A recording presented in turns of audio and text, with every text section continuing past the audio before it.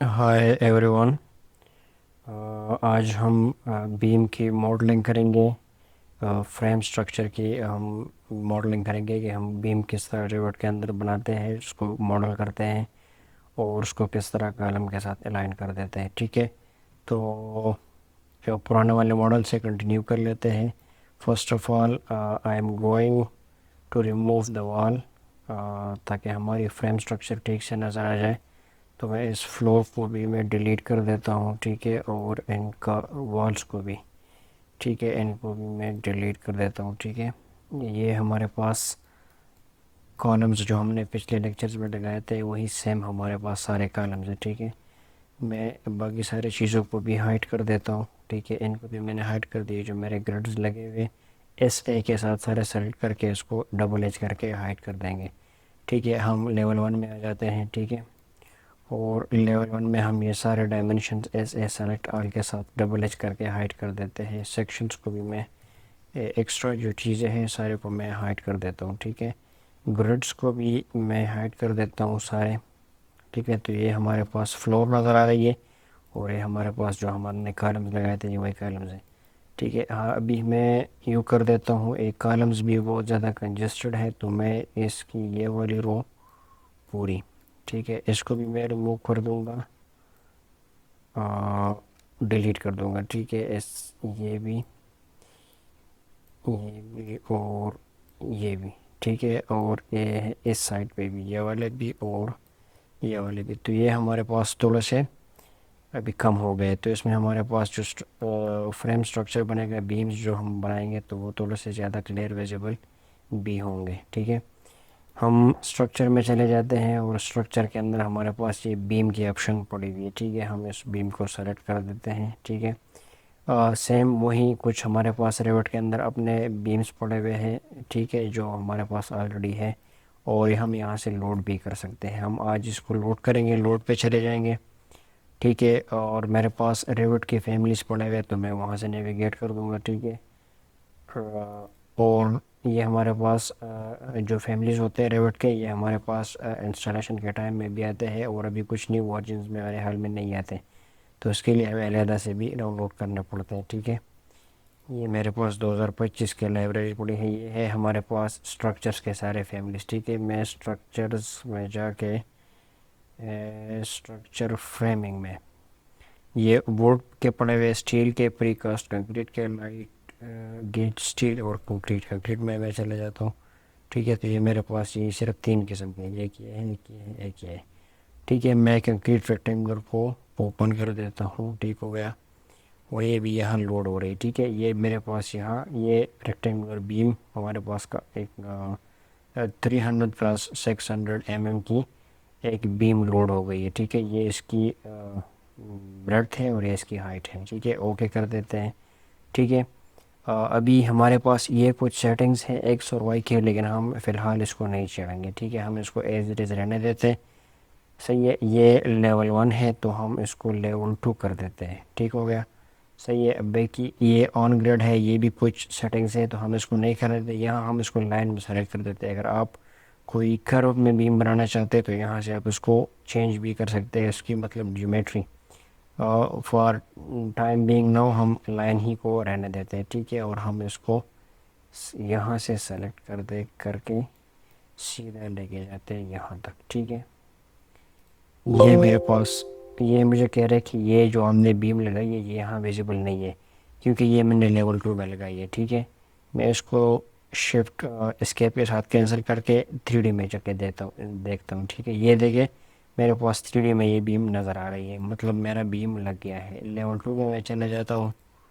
ठीक है, लेवल 2 में अगर मैं सारे ग्रिड्स को इस ए के साथ डबल एच करके हाइड कर देता हूँ तो ये देखिए ये मेरे पास, मैं सेक्शन लाइन को भी हाइड कर देता हूँ तो ये मेरे पास वो बीम जो हमने अभी लगाई है ये हमें नज़र आ रही है। ठीक है, अगर आपके पास ये विजिबल फिर भी नहीं है तो ये आर्किटेक्चर में हम देख रहे हैं ना, तो हम जाके इसको स्ट्रक्चर में भी देख सकते हैं।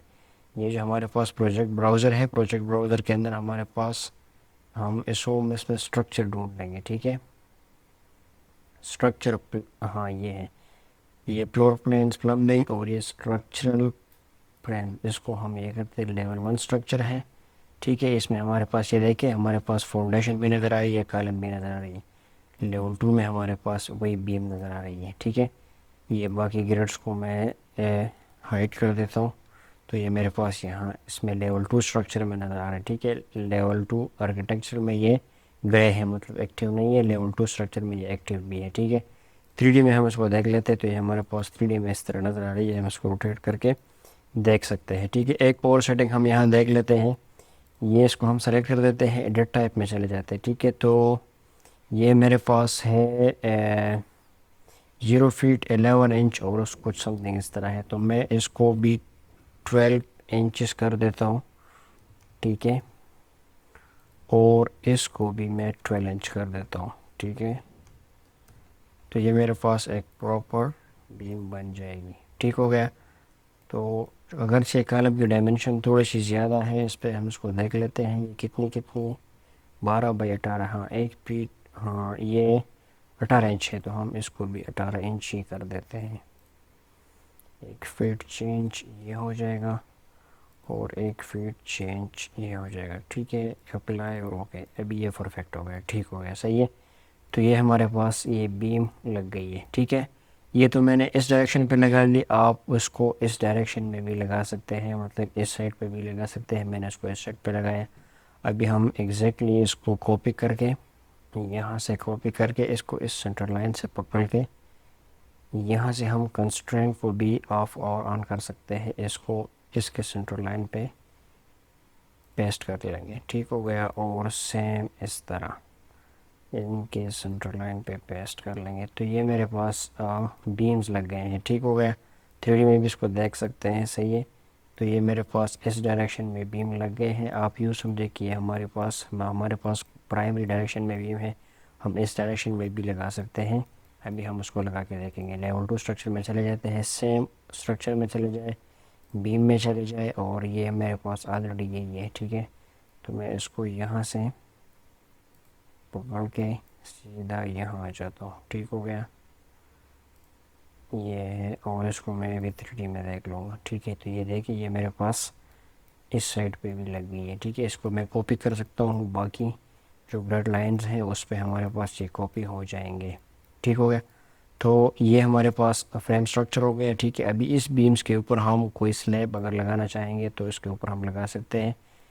बीम्स की उसकी जो एलिवेशन है स्लैब की, वो बीम्स के ऊपर ही आएंगी, थोड़ी सी इस पर हाइट ज़्यादा होगी। ठीक है, मैं इसको कॉपी कर लेता हूँ बाकियों के ऊपर भी। ठीक है, ताकि हमारे पास पूरा एक वो बन जाएगा। यहाँ से पकड़ के इसको सेंटर लाइन, ठीक है, same in the same way. ठीक हो गया, सही है। ये थोड़ी सी बाहर जा रही है एज, क्योंकि इसको भी, ये भी बाहर जा रही है, ये भी, इसको हम लाइन के साथ वो कर भी सकते हैं। इसको हम ये वाली लाइन को पकड़ के, ये देखिए ये अंदर आ गया। ठीक हो गया। सेम हम इस साइड को भी कर सकते हैं। ठीक है, और इस साइड को भी इस तरह हम अलाइन कर सकते हैं। 3D में जाके देख लेते हैं।